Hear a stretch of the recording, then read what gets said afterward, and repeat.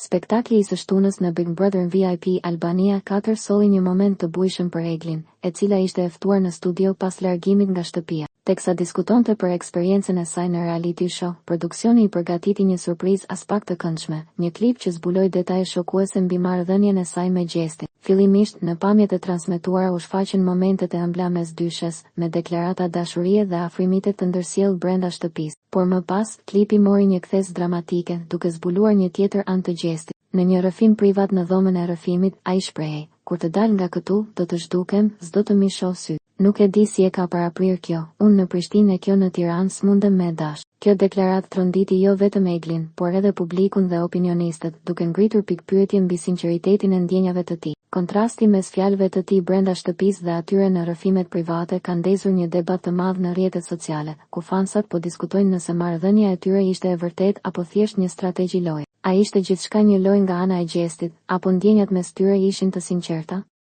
Kjo mbetet për t'u parë në